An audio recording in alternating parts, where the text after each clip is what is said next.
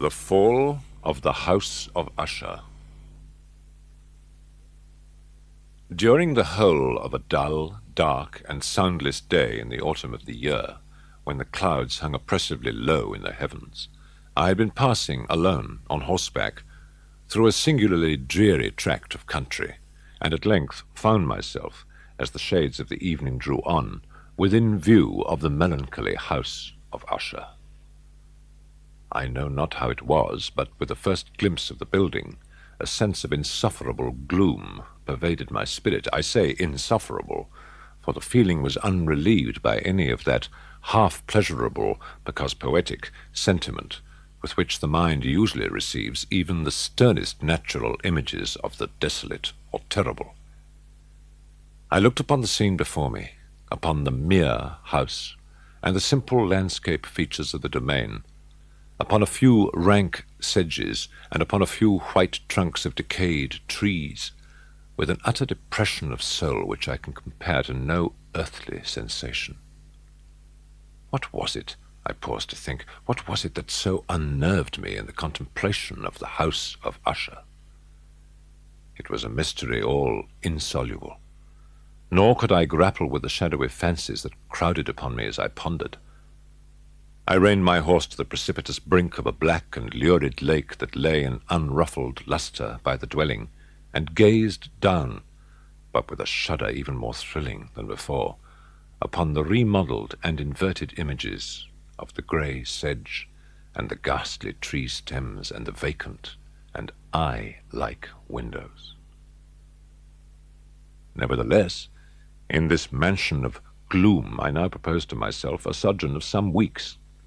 Its proprietor, Roderick Usher, had been one of my boon companions in boyhood, but many years had elapsed since our last meeting. A letter, however, had lately reached me in a distant part of the country, a letter from him, which, in its wildly importunate nature, had admitted of no other than a personal reply.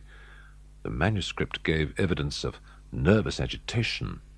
The writer spoke of acute bodily illness, of a mental disorder which oppressed him, and of an earnest desire to see me as his best and indeed his only personal friend, with a view of attempting, by the cheerfulness of my society, some alleviation of his malady. It was the manner in which all this and much more was said, it was the apparent heart that went with his request, which allowed me no room for hesitation, and I accordingly obeyed forthwith what I still considered a very singular summons. Although, as boys, we had been even intimate associates, yet I really knew little of my friend.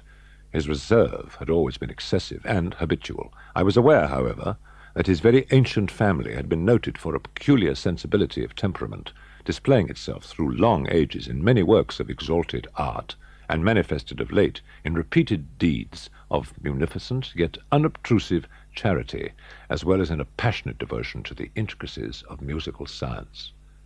I had learned, too, the very remarkable fact that the stem of the Usher race, all time-honored as it was, had put forth at no period any enduring branch. In other words, that the entire family lay in the direct line of descent, and had always, with very trifling and very temporary variation, so lain.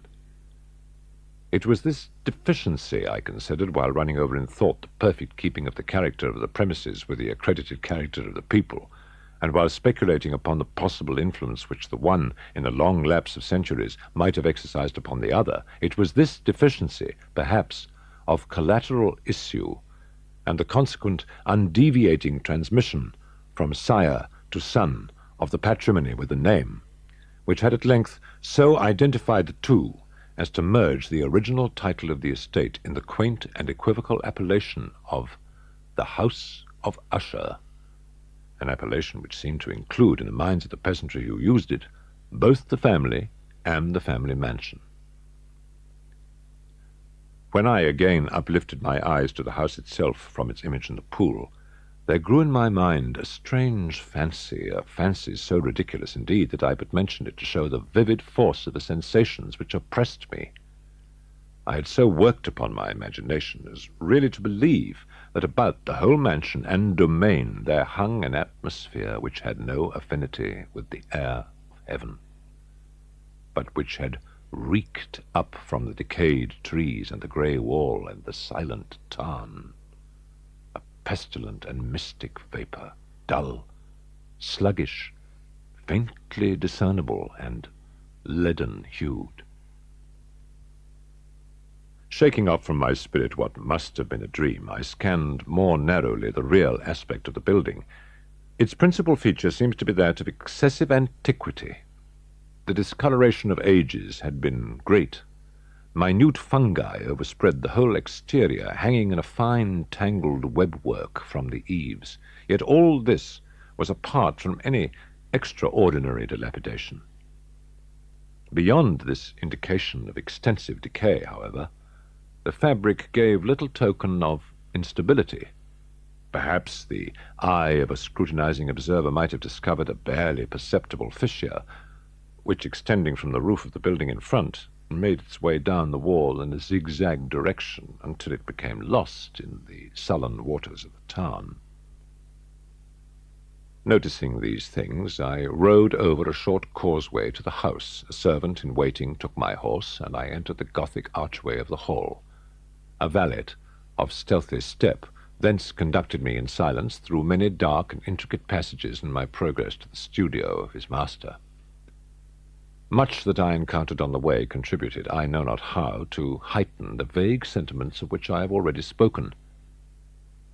While the objects around me, while the carvings of the ceilings, the sombre tapestries of the walls, the ebon blackness of the floors, and the phantasmagoric armorial trophies which rattled as I strode, were but matters to which I had been accustomed from my infancy, I still wondered to find how unfamiliar were the fancies which ordinary images were stirring up. The valet now threw open a door, and ushered me into the presence of his master.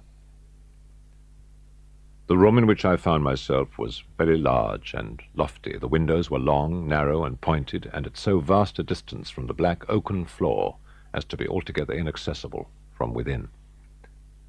Feeble gleams of encrimsoned light made their way through the trellised panes, and served to render sufficiently distinct the more prominent objects around. The eye, however, struggled in vain to reach the remoter angles of the chamber or the recesses of the vaulted and fretted ceiling. Dark draperies hung upon the walls. The general furniture was profuse, comfortless, antique, and tattered. Many books and musical instruments lay scattered about, but failed to give any vitality to the scene. I felt that I breathed in an atmosphere of sorrow. An air of stern, deep, and irredeemable gloom hung over and pervaded all. Upon my entrance, Usher arose from a sofa on which he had been lying at full length, and greeted me with a vivacious warmth which had much in it, I at first thought, of an overdone cordiality, of the constrained effort of the ennuyé man of the world. A glance, however, at his countenance convinced me of his perfect sincerity. We sat down, and for some moments, while he spoke not, I gazed upon him with a feeling half of pity, half of awe. Surely a man had never before so terribly altered in so brief a period as had Roderick Usher. It was with difficulty that I could bring myself to admit the identity of the one being before me with the companion of my early boyhood. The ghastly pallor of the skin and the miraculous lustre of the eye, above all things, startled and even awed me. The silken hair, too, had been suffered to grow, all unheeded, and as in its wild gossamer texture it floated rather than fell about the face, I could not, even with effort, connect its arabesque expression with any idea of simple humanity. In the manner of my friend, I was at once struck with an incoherence and inconsistency, and I soon found this to arise from a series of feeble and futile struggles to overcome an habitual trepidancy and excessive nervous agitation. His action was alternately vivacious and sullen. His voice varied rapidly from a tremulous indecision, when the animal spirits seemed utterly in abeyance, to that species of energetic concision, that abrupt, weighty, unhurried, and hollow-sounding enunciation, that leaden, self-balanced, and perfectly modulated guttural utterance, which may be observed in the lost drunkard or the irreclaimable eater of opium, during the periods of his most intense excitement. It was thus that he spoke of the object of my visit, of his earnest desire to see me, and of the solace he expected me to afford him. He entered at some length into what he conceived to be the nature of his malady. It was, he said, a constitutional and a family evil, and one for which he despaired to find a remedy. A mere nervous affection, he immediately added, which would undoubtedly soon pass off. It displayed itself in a host of unnatural sensations. Some of these, as he detailed them, interested and bewildered me. He suffered much from a morbid acuteness of the senses. The most insipid food was alone endurable. He could wear only garments of certain texture. The odors of all flowers were oppressive.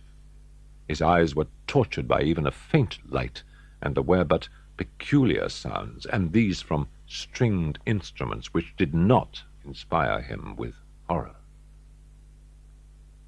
To an anomalous species of terror I found him a bounden slave. "I shall perish," said he.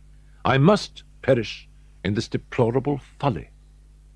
In this unnerved, in this pitiable condition, I feel that the period will sooner or later arrive when I must abandon life and reason together in some struggle with the grim phantasm, fear." I learn, moreover, at intervals, and through broken and equivocal hints, another singular feature of his mental condition. He was enchained by certain superstitious impressions in regard to the dwelling which he tenanted, and whence for many years he had never ventured forth. In regard to an influence which some peculiarities in the mere form and substance of his family mansion had, by dint of long sufferance, he said, obtained over his spirit. He admitted, however, although with hesitation, that much of the peculiar gloom which thus afflicted him could be traced to a more natural and far more palpable origin, to the severe and long-continued illness, indeed to the evidently approaching dissolution of a tenderly beloved sister, his sole companion for long years, his last and only relative on earth. Her decease, he said with a bitterness which I can never forget, would leave him, the hopeless and the frail, the last of the ancient race of the Ushers. While he spoke, the Lady Madeline, for so was she called, passed slowly through a remote portion of the apartment, and without having noticed my presence, disappeared. I regarded her with an utter astonishment, not unmingled with dread, and yet I found it impossible to account for such feelings. A sensation of stupor oppressed me as my eyes followed her retreating steps. When a door at length closed upon her, my glance sought instinctively and eagerly the countenance of the brother, but he had buried his face in his hands, and I could only perceive that a far more than ordinary wanness had overspread the emaciated fingers, through which trickled many passionate tears. The disease of the Lady Madeline had long baffled the skill of her physicians. A settled apathy, a gradual wasting away of the person, and frequent, although transient, affections of a partially cataleptical character were the unusual diagnosis.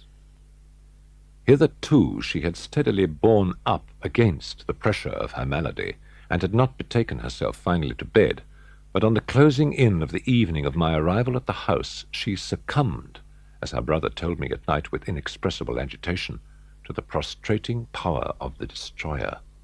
And I learned the glimpse I had obtained of her person would thus probably be the last I should obtain, that the lady, at least while living, would be seen by me no more. For several days ensuing, her name was unmentioned by either Usher or myself, and during this period I was busied in earnest endeavors to alleviate the melancholy of my friend. We painted and read together, or I listened, as if in a dream, to the wild improvisations of his speaking guitar. And thus, as a closer and still closer intimacy admitted me more unreservedly into the recesses of his spirit, the more bitterly did I perceive the futility of all attempt at cheering a mind from which darkness poured forth upon all objects of the moral and physical universe in one unceasing radiation of gloom. I shall ever bear about me a memory of the many solemn hours I thus spent alone with the master of the house of Usher. Yet I should fail in any attempt to convey an idea of the exact character of the studies or of the occupations in which he involved me or led me the way.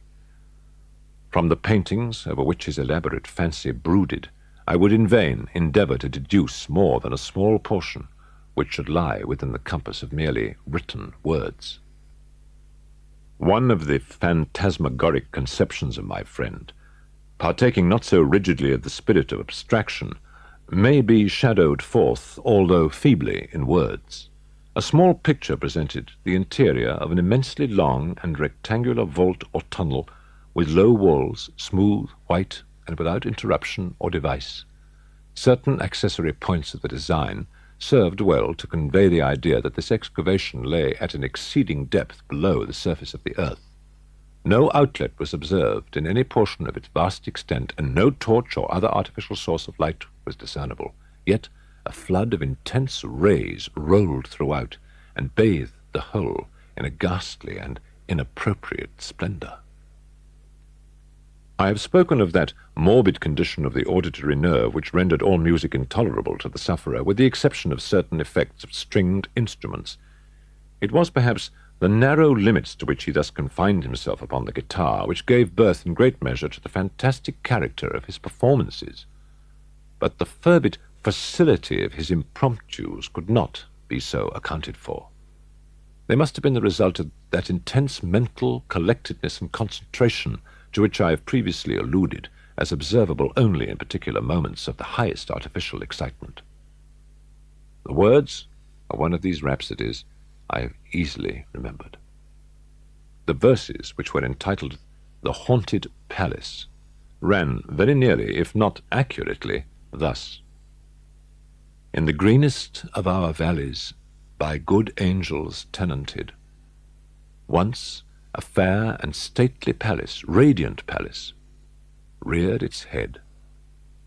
In the monarch Thought's dominion it stood there. Never seraph spread a pinion over fabric half so fair. Banners, yellow, glorious, golden, on its roof did float and flow. All this was in the olden time long ago. And every gentle air that dallied in that sweet day along the ramparts, plumed and pallid, a winged odor went away. Wanderers in that happy valley, through 2 luminous windows, saw spirits moving musically to a lute's well-tuned law round about a throne, where, sitting, Porphyrogeny, in state his glory well befitting, the ruler of the realm was seen. And all with pearl and ruby glowing was the fair palace door, through which came flowing, flowing, flowing, and sparkling evermore a troop of echoes, whose sweet duty was but to sing, in voices of surpassing beauty, the wit and wisdom of their king. But evil things, in robes of sorrow, assailed the monarch's high estate. Ah, let us mourn, for never morrow shall dawn upon him desolate. And round about his home, the glory that blushed and bloomed is but a dim remembered story of the old time entombed. And travellers now within that valley, through the red litten windows, see vast forms that move fantastically to a discordant melody, while, like a rapid, ghastly river, through the pale door a hideous throng rush out forever and laugh, but smile no more.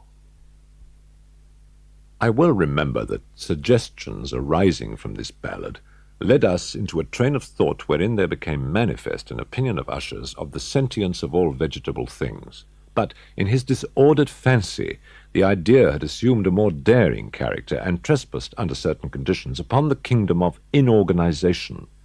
I lack words to express the full extent or the earnest abandon of his persuasion. The belief, however, was connected with the grey stones of the home of his forefathers.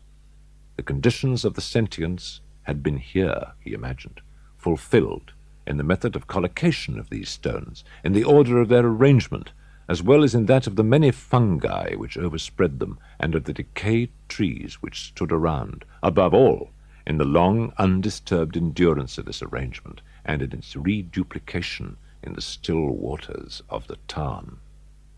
The evidence of the sentience was to be seen, he said, and I here started as he spoke, in the gradual yet certain condensation of an atmosphere of their own about the waters and the walls. The result was discoverable, he added, in that silent, yet importunate and terrible influence which for centuries had moulded the destinies of his family, and which made him what I now saw him, what he was. Such opinions need no comment, and I will make none. One evening, having informed me abruptly that the Lady Madeline was no more, he stated his intention of preserving her corpse for a fortnight previously to its final interment in one of the numerous vaults within the main walls of the building. The worldly reason, however, assigned for this singular proceeding was one which I did not feel at liberty to dispute. The brother had been led to his resolution, so he told me, by consideration of the unusual character of the malady of the deceased, of certain inquiries on the part of her medical men, and of the remote and exposed situation of the burial ground of the family. I had no desire to oppose what I regarded as, at best, but a harmless and by no means an unnatural precaution. At the request of Usher, I personally aided him in the arrangements for the temporary entombment.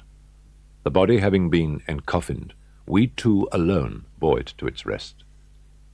The vault in which we placed it, and which had been so long unopened that our torches, half smothered in its oppressive atmosphere, gave us little opportunity for investigation, was small, damp, and entirely without means of admission for light, lying at great depth immediately beneath that portion of the building in which was my own sleeping apartment.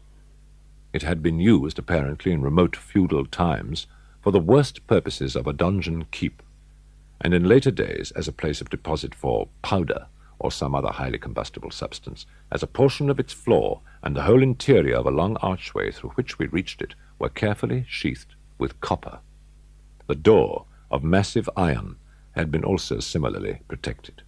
Its immense weight caused an unusually sharp, grating sound as it moved upon its hinges.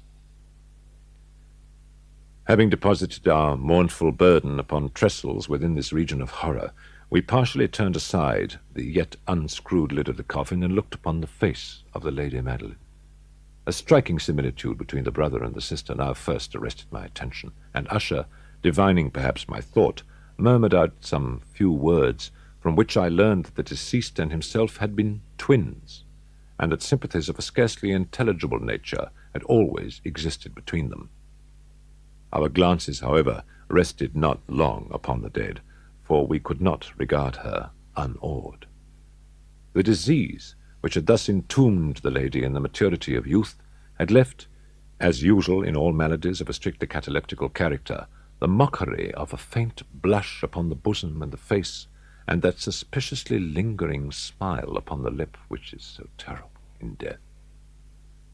We replaced and screwed down the lid, and having secured the door of iron, made our way with toil into the scarcely less gloomy apartments of the upper portion of the house. And now, some days of bitter grief having elapsed, an observable change came over the features of the mental disorder of my friend. His ordinary manner had vanished, his ordinary occupations were neglected or forgotten. He roamed from chamber to chamber with hurried, unequal, and objectless step. The pallor of his countenance had assumed, if possible, a more ghastly hue, but the luminousness of his eye had utterly gone out. The once occasional huskiness of his tone was heard no more, and a tremulous quaver, as if of extreme terror, habitually characterized his utterance. There were times, indeed, when I thought his unceasingly agitated mind was laboring with some oppressive secret, to divulge which he struggled for the necessary courage. At times, again, I was obliged to resolve all into the mere inexplicable vagaries of madness, for I beheld him gazing upon vacancy for long hours in an attitude of the profoundest attention, as if listening to some imaginary sound. It was no wonder that his condition terrified, that it infected me.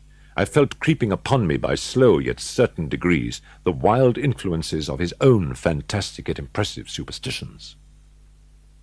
It was especially upon retiring to bed late in the night of the 7th or 8th day after the placing of the Lady Madeline within the dungeon that I experienced the full power of such feelings.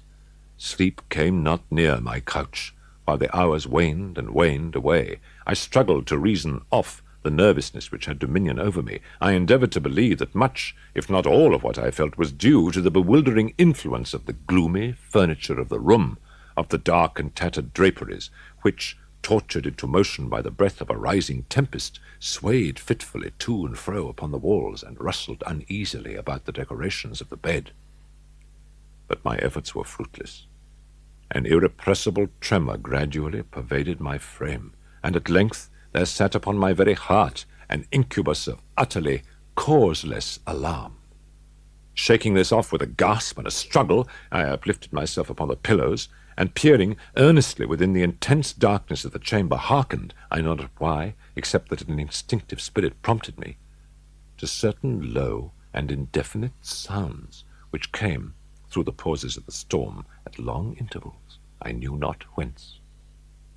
Overpowered by an intense sentiment of horror, unaccountable yet unendurable, I threw on my clothes with haste, for I felt that I should sleep no more during the night, and endeavored to arouse myself from the pitiable condition into which I had fallen by pacing rapidly to and fro through the apartment. I had taken but few turns in this manner when a light step on an adjoining staircase arrested my attention. I presently recognized it as that of Usher. In an instant afterwards he rapped with a gentle touch at my door and entered, bearing a lamp. His countenance was, as usual, cadaverously wan. But, moreover, there was a species of mad hilarity in his eyes, and evidently restrained hysteria in his whole demeanor. His air appalled me, but anything was preferable to the solitude which I had so long endured. "And you have not seen it?" he said abruptly, after having stared about him for some moments in silence. "You have not then seen it? But stay, you shall." Thus speaking, and having carefully shaded his lamp, he hurried to one of the casements and threw it freely open to the storm. The impetuous fury of the entering gust nearly lifted us from our feet. It was indeed a tempestuous yet sternly beautiful night, and one wildly singular in its terror and its beauty. There were frequent and violent alterations in the direction of the wind, and the exceeding density of the clouds, which hung so low as to press upon the turrets of the house, did not prevent our perceiving the lifelike velocity with which they flew careering from all points against each other without passing away into the distance. Yet we had no glimpse of the moon or stars, nor was there any flashing forth of the lightning. But the under surfaces of the huge masses of agitated vapor were glowing in the unnatural light of a faintly luminous and distinctly visible gaseous exhalation which hung about and enshrouded the mansion. You shall not behold this," said I, shudderingly to Usher, as I led him with a gentle violence from the window to a seat. "These appearances which bewilder you are merely electrical phenomena, not uncommon, or it may be that they have their ghastly origin in the rank miasma of the tarn. Let us close this casement. The air is chilling and dangerous to your frame. Here is one of your favorite romances. I will read, and you shall listen. And so we will pass away this terrible night together." The antique volume which I had taken up was The Mad Tryst of Sir Launcelot Canning. But I had called it a favorite of Usher's more in sad jest than in earnest. It was, however, the only book immediately at hand, and I indulged a vague hope that the excitement which now agitated the hypochondriac might find relief even in the extremeness of the folly which I should read. I had arrived at that well-known portion of the story where Ethelred, the hero of the tryst, having sought in vain for peaceable admission into the dwelling of the hermit, proceeds to make good an entrance by force. Here, it will be remembered, the words of the narrative run thus: "And Ethelred, feeling the rain upon his shoulders, and fearing the rising of the tempest, uplifted his mace outright, and with blows made quickly room in the plankings of the door for his gauntleted hand, and now pulling therewith sturdily, he so cracked and ripped and tore all asunder that the noise of the dry and hollow-sounding wood alarmed and reverberated throughout the forest. At the termination of this sentence I started, and for a moment paused, for it appeared to me, although I at once concluded my excited fancy had deceived me, it appeared to me that from some very remote portion of the mansion there came indistinctly to my ears what might have been, in its exact similarity of character, the echo of the very cracking and ripping sound which Sir Launcelot had so particularly described. It was beyond doubt the coincidence alone which had arrested my attention, for amid the rattling of the sashes of the casements and the ordinary commingled noises of the still increasing storm, the sound in itself had nothing, surely, which should have interested or disturbed me. I continued the story. But the good champion Ethelred, now entering within the door, was sore enraged and amazed to perceive no signal of the maliceful hermit, but in the stead thereof a dragon, of a scaly and prodigious demeanour, and of a fiery tongue, which sate in guard before a palace of gold with a floor of silver, and upon the wall there hung a shield of shining brass, with this legend enwritten: Who entereth herein, a conqueror hath been. Who slayeth the dragon, the shield he shall win. And Ethelred uplifted his mace and struck upon the head of the dragon, which fell before him, and gave up his pesty breath with a shriek so horrid and harsh, and withal so piercing, that Ethelred had feigned to close his ears with his hands against the dreadful noise of it, the like whereof was never before heard. Here again I paused abruptly, and now with a feeling of wild amazement, for there could be no doubt whatever that in this instance I did actually hear, although from what direction it proceeded I found it impossible to say, a low and apparently distant, but harsh, protracted, and most unusual screaming or grating sound, the exact counterpart of what my fancy had already conjured up for the dragon's unnatural shriek, as described by the romancer. Oppressed, as I certainly was, by 1,000 conflicting sensations in which wonder and extreme terror were predominant, I still retained sufficient presence of mind to avoid exciting by any observation the sensitive nervousness of my companion. I was by no means certain that he had noticed the sounds in question, although assuredly a strange alteration had during the last few minutes taken place in his demeanour. From a position fronting my own, he had gradually brought round his chair so as to sit with his face to the door of the chamber, and thus I could but partially perceive his features, although I saw that his lips trembled as if he were murmuring inaudibly. He rocked from side to side with a gentle yet constant and uniform sway. Having rapidly taken notice of all this, I resumed the narrative of Sir Launcelot, which thus proceeded: And now the champion, having escaped from the terrible fury of the dragon, bethinking himself of the brazen shield, and of the breaking up of the enchantment which was upon it, removed the carcass from out of the way before him, and approached valorously over the silver pavement of the castle to where the shield was upon the wall, which in sooth tarried not for his full coming, but fell down at his feet upon the silver floor with a mighty great and terrible ringing sound. No sooner had these syllables passed my lips than, as if a shield of brass had indeed at the moment fallen heavily upon a floor of silver, I became aware of a distinct, hollow, metallic, and clangorous yet apparently muffled reverberation. Completely unnerved, I leaped to my feet, but the measured rocking movement of Usher was undisturbed. I rushed to the chair in which he sat. His eyes were bent fixedly before him, and throughout his whole countenance there reigned a stony rigidity. But as I placed my hand upon his shoulder, there came a strong shudder over his whole person. A sickly smile quivered about his lips, and I saw that he spoke in a low, hurried, and gibbering murmur, as if unconscious of my presence. Bending closely over him, I at length drank in the hideous import of his words. Not hear it? Yes, I hear it. and I have heard it. Long, long, long, many minutes, many hours, many days have I heard it, yet I dared not. Oh, pity me, miserable wretch that I am. I dared not speak. We have put her living in the tomb. Said I not that my senses were acute? I now tell you that I heard her first feeble movements in the hollow coffin. I heard them many, many days ago, yet I dared not speak.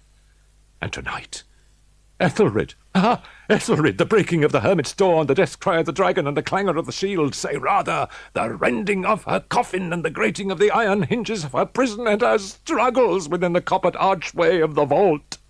Oh, whither shall I fly? Will she not be here anon? Is she not hurrying to upbraid me for my haste? Have I not heard her footstep on the stair? Do I not distinguish that heavy and horrible beating of her heart? Madman, I tell you, she now stands without the door!